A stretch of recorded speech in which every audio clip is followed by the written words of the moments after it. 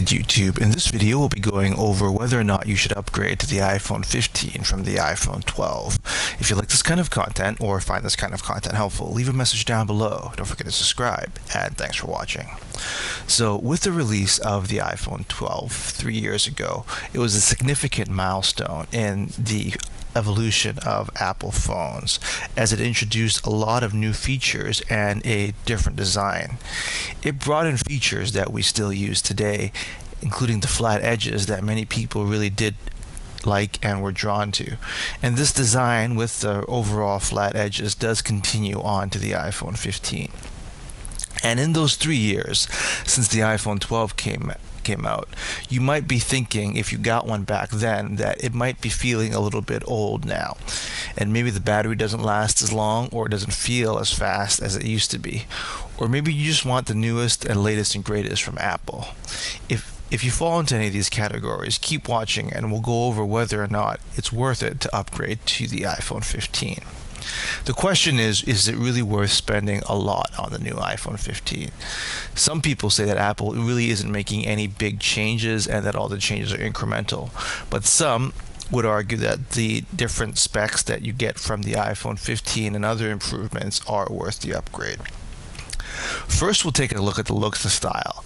The iPhone 12 and the iPhone 15 have a really similar design. The flat sides are what really draw them together in terms of design, but there are some changes, and of course the biggest change in the overall design is actually right here at the top of the iPhone 15, which is the dynamic island, as opposed to having a notch on the iPhone 12. So if the notch is something that bothers you on the iPhone 12, it might be worth switching over just so you can get the dynamic island look on the iPhone 15.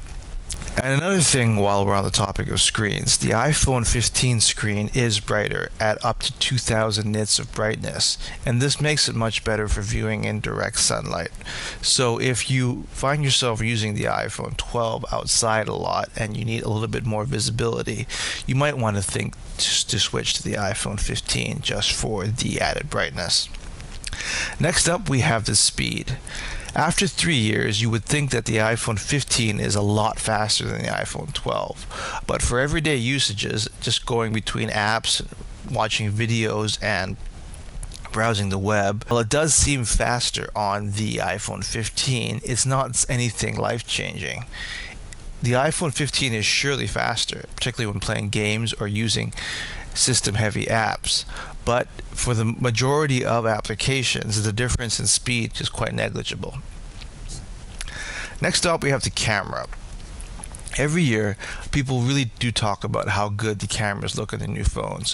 When the iPhone 12 came out, it was a pretty big step ahead with things like having a night mode and other options, and these modes have been improved on the iPhone 15. It's safe to say that the iPhone 15's camera is quite a lot better than the iPhone 12. The main camera on the iPhone 15 is the same one that you got on the iPhone 14 Pro, and this makes the camera take clearer and much brighter pictures, even in the dark, than the iPhone 12. So if you're wondering whether or not it's worth it for the camera upgrade, it's a pretty easy yes for switching up to the iPhone 15. Next up, we have battery life and charging. The iPhone 12's battery life was okay, but it wasn't amazing, and the iPhone 15 promises to be much better, with reports saying that it can last up to 20 hours watching videos. This is because it has a bigger battery, and also note that it also has USB-C charging, so it might make charging a little bit easier and faster for you. But if you've had the iPhone 12 since its initial release date, then the battery life and the actual battery percentage might be dwindling for you. So for this reason, you might want to think to upgrade to the iPhone 15. And next, we have some of the other features. Besides some of the big changes like the screen, the processor, and the increased cameras, there's a few other things that make upgrading to the iPhone 15 potentially worthwhile. It can connect to Wi-Fi and other devices much better. It also comes with a little bit more storage right out of the get-go, and it allows you to take portrait pictures in a much better way as opposed to the iPhone 12, which has been refined over the few generations since the release of the iPhone 12. So there's a quick breakdown of some of the differences between the iPhone 12 and the iPhone 15, everyone.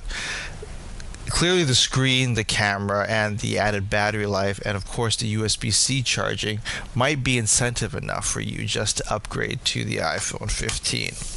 But if you're looking for a lot more speed just for everyday tasks, then you won't get much of a difference between the iPhone 12 and the iPhone 15. So leave a message down below if you think that upgrading to the iPhone 15 is worth it from the iPhone 12, and if you've done so, how satisfactory have you found the upgrade to be? If you like this kind of content, leave a message down below. Don't forget to subscribe, and thanks for watching.